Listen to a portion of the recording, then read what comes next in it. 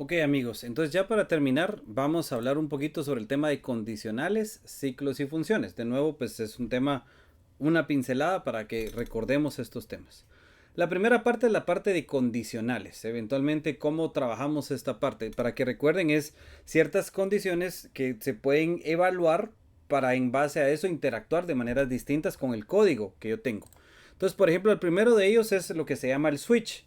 Y el switch es como poner categorías, digamos, en este caso son etiquetas que yo voy a estar evaluando, digamos, cuando tengo varios casos. Ese es como el caso. Entonces utilizo el switch y con case lo defino y defino la etiqueta. Digamos, aquí podría ser que si la palabra o el valor, ¿verdad? Pudieran haber distintos valores y en base a eso me interesa hacer una acción. Por ejemplo, si la palabra es hola, entonces que haga unos enunciados. Si la palabra es adiós, que tenga otros enunciados. Como lo están viendo, etiqueta 1 y etiqueta 2 con sus enunciados por adentro. Y es muy importante cerrar este case con un break para que él sepa que se sale. Si ninguno de los casos, ni la etiqueta 1, ni la etiqueta 2, ni nada funciona, por eso hay un caso default y ese es lo que se correría en base a lo que yo coloque en esta parte del código. Entonces, este es el caso del switch, ¿verdad? Donde se utiliza, digamos, se están utilizando varios casos contra los cuales yo voy a comparar y tiene un default o uno por defecto. El que mucho utilizamos o conocemos es la condicional if, es el qué pasaría si, ¿verdad? Ese es el tema. Entonces un if se evalúa una condición y se tienen unos enunciados.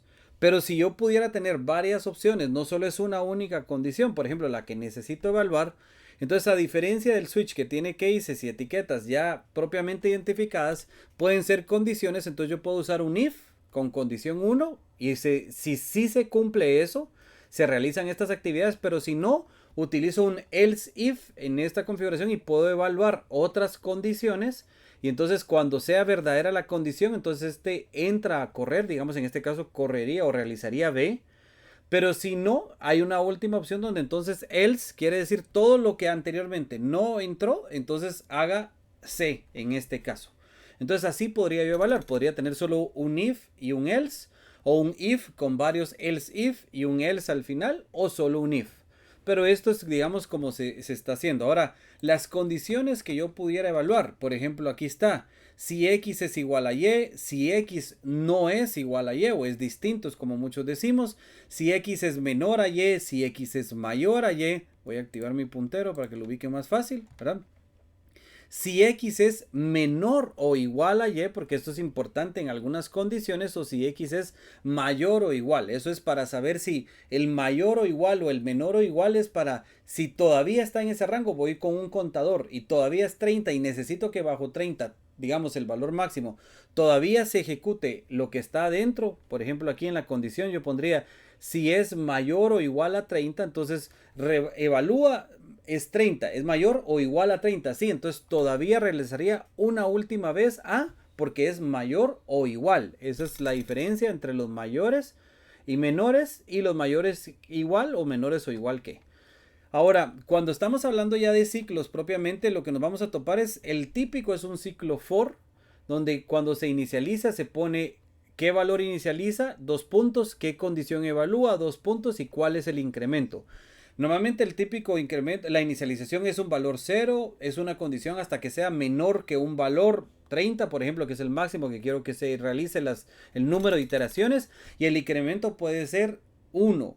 Pero ese incremento pudiera llegar, puede ser cada 2, puede ser cada 5, puede ser cada 10. Yo escojo ese incremento que yo estoy teniendo. Y cada vez que se cumpla, digamos, que esté dentro de el valor que se inicialice, que la condición esta no se haya, digamos, siga siendo verdadera, no, digamos, y se realiza un incremento, se corre lo que está adentro como enunciados.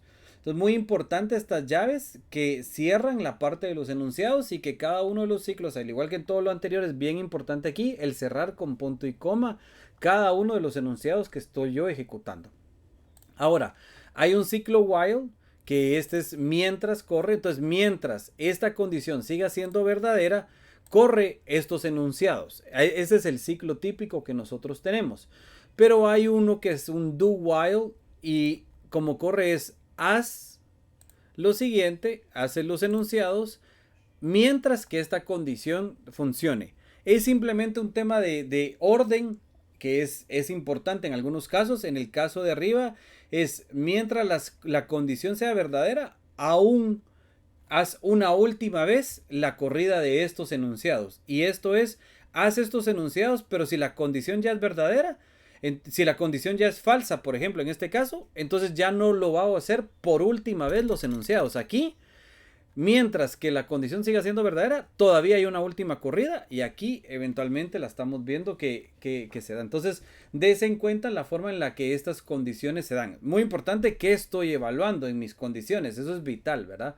Porque, por ejemplo, aquí haz la corrida mientras el valor sea, por ejemplo, menor a 30. Entonces, cuando sea 30, ya no va a ser esta corrida. Pero aquí estuvo haciendo las iteraciones, hizo la última iteración y hasta aquí evaluó. ¿El valor es menor a 30? Sí. Entonces ya no vuelvo a hacer la iteración. Entonces se dan cuenta que cómo es importante cómo estoy evaluando, y por eso es que están el mayor y el menor, y están el mayor e igual o menor o igual.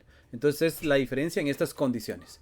Y por último, en la parte de funciones que se tienen, es estas funciones que representan una secuencia de comando repetitiva que se puede estructurar, ¿verdad? De un determinado formato y va a evitar. Entonces, lo que queremos es tener comandos que si siempre los estoy corriendo, mejor los vuelvo una función, algo separado para ya solo llamarlo una única vez y no tener tantas líneas de código ahí.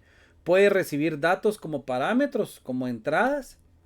Puede devolver datos y alguna respuesta, o simplemente puede realizar alguna acción y no devolver datos. Entonces aquí tenemos una serie de ejemplos. Este es digamos, la función es el tipo de dato que necesito, el nombre de la función y el tipo de dato y sus variables o que son parámetros que va a estar recibiendo. Y adentro de esa función van enunciados de lo que se tiene que ejecutar. Miremos este ejemplo. Un int, o sea, es un entero de suma de enteros. En Camel Case definieron el nombre de la función, recibe dos parámetros que son enteros también, y j, y lo que regresa esta función, porque tiene como digamos como respuesta a un entero, es la sumatoria de x más y. Entonces estamos haciendo una sumatoria. Miren esa función, que útil puede ser. Miren esta otra, void. Void quiere decir que es algo que no devuelve un valor, pero sí realiza alguna acción, que era el caso de poder realizar alguna acción. Imprimir datos seriales, no tiene ningún parámetro y simplemente hace una impresión a través del puerto serial y di una frase. En este caso la frase es, o el string completo es hola Rick, que es pues en lo que nos encontramos. Entonces, funciones van a ser muy útiles para dejar en el loop mi código bastante entendible, y las funciones se definen abajo para solo ser llamadas arriba, y ya es más fácil. Si yo voy a hacer varias veces una sumatoria como lo estamos viendo arriba, entonces puedo eventualmente más fácil entender, ahí se está haciendo una sumatoria y de esos dos elementos que estoy mandando como parámetros. Entonces pues estos son algunas pinceladas de esta última parte y funciones. Creo prudente que se tomen un respiro, que si es necesario revisen de nuevo estos videos y posteriormente ya pasen a la segunda fase, que es entender bastante sobre el tema de lo electrónico y ya comenzarlo a verlo aplicado a través de Tinkercad. Así que esos serán los videos que en unos días ya estaremos publicando, y con eso pues ya puedan poner en práctica cuando estén seguros que todo esto está sumamente claro. Así que continuemos en Rick y espero verlos más adelante con el desarrollo de las actividades de esta semana.